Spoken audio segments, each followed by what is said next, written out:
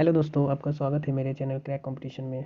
आज मैं आपके लिए एनसीईआरटी पीरियड के कुछ इंपॉर्टेंट बुक्स और उसके ऑथर को लेकर आया हूँ, जो किसी भी एग्ज़ाम्स के लिए अति महत्वपूर्ण है। और इन सभी बुक्स के ऑथर को आज इसी वीडियो में ट्रिक के सहारे आप सभी को याद करवा दूँगा। तो लास्ट तक इसे देखो और वीडियो के अंत में आपको यह हमेशा के लिए याद हो जाएगा। तो चलिए इसे याद करते हैं। पहला बुक है अष्टाध्यायी। अष्टाध्यायी के लेखक है पाणिनि। इसे ऐसे समझो, अष्टाध्यायी, अष्ट माने 8 अध्याय। 8 अध्याय, अगर हमें 8 अध्याय पढ़ना है तो हमें बहुत अधिक पढ़ना पड़ेगा, और बहुत अधिक पढ़ने से गला सूखने लगता है, तो हमें बीच बीच में पानी भी पीना पड़ेगा। तो इस तरह से देखते हैं, अष्टाध्याय के लिए हमें क्या करना है, पानी पीना है। तो अष्टाध्याय के लिए लेखक हो जाएगा पाणिनि। उसके बाद है महाभाष्य, पतंजलि। पतंजलि में तन, कोई ऐसा व्यक्ति है जो तन कर सबके सामने खड़ा है। क्यों?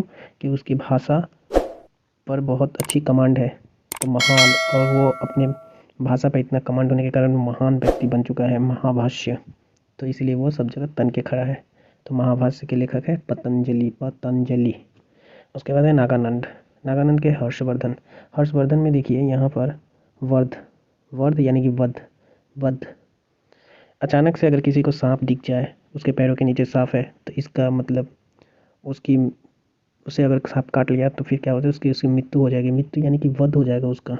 तो नागा से, नाग अगर किसी को डस लिया तो उसका वध हो गया। तो इससे हम याद कर रख सकते हैं कि नागानंद हो जाएगा हर्षवर्धन। उसी तरह है नैषध चरित, श्री हर्ष।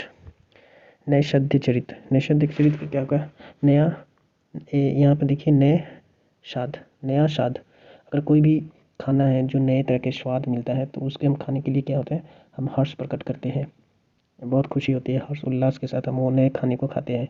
तो नया स्वाद वाली खाना, तो किसे खाए, हर्ष के साथ। तो नैषध चरित का हो गया श्री हर्ष। उसके है मृक्ष कटिका, इसके है शूद्रक। मृक्ष कटिका को हम इस तरह से याद रखेंगे कि कटिका यानी कि कुछ काटने की बात चल रही है, और शूद्रक माने सूद, यानी किसी बैंक से अगर हम कोई लोन लेते हैं तो हमें मिर्ची की तरह यानी कि तीखा यानी कि खराब कब लगता है, जब हमारे सूद काटा जाता है। यानी कि हम लोन लिए हैं, अगर सूद कट रहा है तो हमें मिर्ची की तरह लगती है। तो यानी मिर्च कटिका, कटिका से शूद्रक, सूद कट रहा है। तो इस तरह हम याद रखेंगे मिर्च कटिका का शूद्रक। नेक्स्ट चलते हैं, नेक्स्ट है प्रश्नोत्तर मल्लिका। प्रश्नोत्तर मल्लिका अमोघ वर्ष। अब प्रश्नोत्तर मल्लिका में, प्रश्नोत्तर मल्लिका के हमारे ट्रिक्स, इसके ऊपर ट्रिक नहीं बना पाए, तो इसे आप लोग भी ट्राई कीजिएगा। प्रश्नोत्तर मल्लिका के क्या होगा, स्वप्नभास दत्तम। स्वप्नभास में देखो यहाँ पर भास, और यहाँ पर इसके लेखक कौन है, भाषा। तो ये सेम होता है, सेम सेम मिल रहा है, भास और यहाँ भाषा। तो स्वप्नभास दत्तम के लेखक कौन है, भाषा। बुद्ध चरित, बुद्ध चरित्र के लेखक कौन है, तो बुद्ध चरित्र के लेखक है अश्वघोष, घोष। बुद्ध चरित्र के लेखक है अश्वघोष। उसके बाद है नाट्यशास्त्र।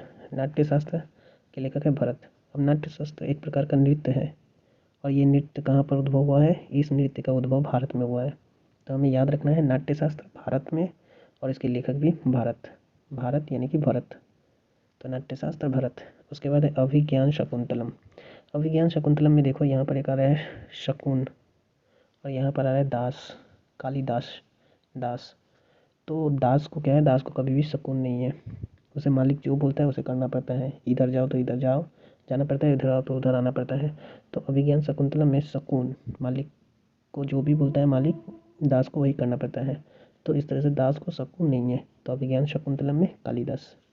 नेक्स्ट देखते हैं गीत गोविंद, गीत गोविंद जयदेव। अब यहाँ पर गीत गोविंद, किसकी गीत, गोविंद, गोविंद यानी कि भगवान। हम श्री कृष्ण को भी गोविंदा बोल के क्या संबोधित करते हैं। तो गोविंद ये गॉड हो गया, और यहाँ पर देव। तो गीत गोविंद और देव ये मैच कर रहा है, तो ये भी कंप्लीट हो रहा है, गीत गोविंद जयदेव।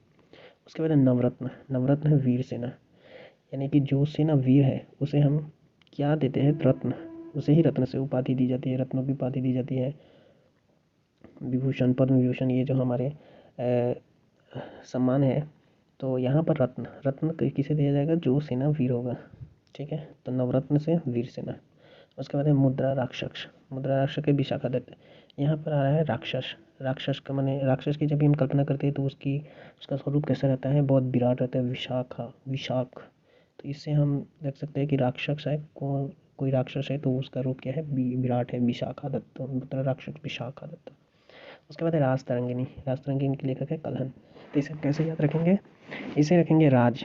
अगर कोई भी व्यक्ति राज कर रहा है तो हमेशा के लिए राज नहीं करता है, उसका कभी ना कभी इतिहास बन जाता है। यानी कि कोई किसी से पूछ रहा है कि वो राज कर रहा है तो नहीं, कल तक कर रहा था, तो इससे कल तक कलहन। यानी कि कोई भी व्यक्ति राज हमेशा नहीं करता है, कभी ना कभी उसका पतन होता ही है, तो वो कल तक के लिए ही राज कर सकता है, आज में कोई और भी आ सकता है। तो राज तरंगिणी का कलहन। उसके बाद है कथा सरित सागर, सोमदेव। यहाँ पर कथा, कथा यानी कि कोई पाठ, और कोई ऐसा जगह है जहाँ पर पाठ हमेशा सोमवार यानी कि सोम मंगल बुध बृहस्पति जो भी दिन होते हैं साप्ताहिक, उसमें सोमवार के दिन ही कथा सुनाया जाता है। जो कथा सुनाते वक्त बैठते हैं और उसके चारों तरफ जितने भी अनुयायी बैठते हैं वो सभी कथा को सुनते हैं। कब? तो सोमवार को। उसके बाद है कामा सूत्रा। कामा सूत्रा में एक काम आ रहा है, काम, और यहाँ पर वात्सायन में भात।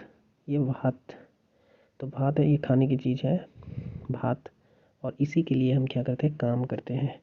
तो भात और यहाँ पर कामा सूत्रा, तो इसे हम मैच कर सकते हैं कामा सूत्र के वात्सायन। तो ये ट्रिक कैसी लगी आप लोगों को? और आप लोग खुद ही समझ सकते हैं, जिस ट्रिक के सहारे अगर देखें तो हमें ये बहुत अधिक समय के लिए याद रहेगा। तो इसी तरह के ट्रिक के ऊपर अगर आपको वीडियो चाहिए तो इस चैनल को लाइक कीजिए और सब्सक्राइब भी कर दीजिए, ताकि इसी तरह के ट्रिक वाले वीडियो के नोटिफिकेशन आपको मिलती रहे अगली वीडियो जब हम इस पर अपलोड करेंगे।